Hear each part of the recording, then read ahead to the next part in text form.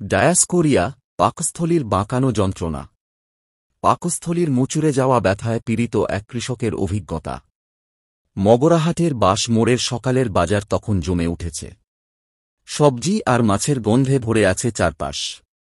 এই ভিড়ের মধ্যেই ধীরে ধীরে হাঁটছিলেন রঘু মণ্ডল, এলাকার এক পরিশ্রমী কৃষক। চোখে মুখে অস্বস্তির ছাপ। রাতে হঠাৎ করেই তার পেটে এমন মুচুরে যাওয়া ব্যথা শুরু হয়েছিল, যেন পাকস্থলীর ভেতর কিছু পাক খেয়ে বাঁকাচ্ছে।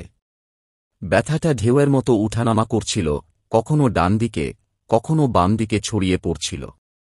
শুয়ে থাকলে কষ্ট আরও বেড়ে যেত, কিন্তু উঠে বসা বা হাঁটাচলায় কিছুটা আরাম মিলত। সারা রাত গ্যাস জমে ফেঁপে উঠেছিল পেট, ঢেকুর উঠলেও স্বস্তি আসেনি।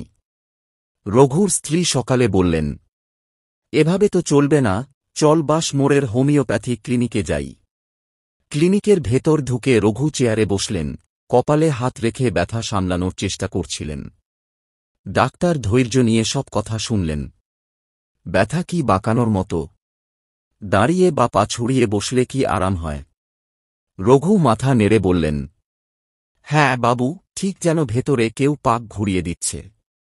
শুয়ে থাকলে তো মরার মতো অবস্থা হয়। ডাক্তার জানতেন এই ধরনের উপসর্গ, পাকস্থলীর মুচুরে যাওয়া তীব্র ব্যথা, গ্যাস জমা, শোয়ার সময় কষ্ট বেড়ে যাওয়া, আর দাঁড়িয়ে বা হাঁটা চলায় আরাম পাওয়া, ডিওস্কোরা বেলসের ক্লাসিক চিত্র। তিনি বোতল থেকে কয়েক ফোঁটা ডিওস্কোরে 200 দিলেন, সাথে গরম পানি খাওয়ার ও হালকা খাবার খাওয়ার পরামর্শ।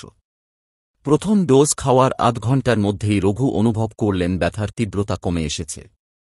দুপুরের মধ্যে পেটের টান ধীরে ধীরে খুলে গেল। সন্ধ্যায় তিনি নিজেই বাজারে গিয়ে কিছু ফল কিনলেন, মুখে হাসি আর চোখে স্বস্তি। পরদিন তিনি আবার খেতে বসলেন ভাত, ডাল, ডিমের ঝোলও, যা রাতের ব্যথার পর প্রায় স্বপ্নের মতো লাগছিল। রঘুর মনে হচ্ছিল আগের রাতে যে যন্ত্রণা তাকে কাবু করে রেখেছিল, তা যেন সকালবেলার সূর্যের মতো মিলিয়ে গেছে। মগরাহাটের বাঁশ মোড়ের সেই ছোট্ট হোমিওপ্যাথি ক্লিনিক আবার প্রমাণ করল, সঠিক লক্ষণ চিহ্নিত করে সঠিক ওষুধ দিলে সবচেয়ে তীব্র ব্যথাও সহজে সেরে যায়। গল্পটি ডাক্তার আনোয়ারুল হকের ক্লিনিক্যাল ডায়েরি থেকে সংগৃহীত।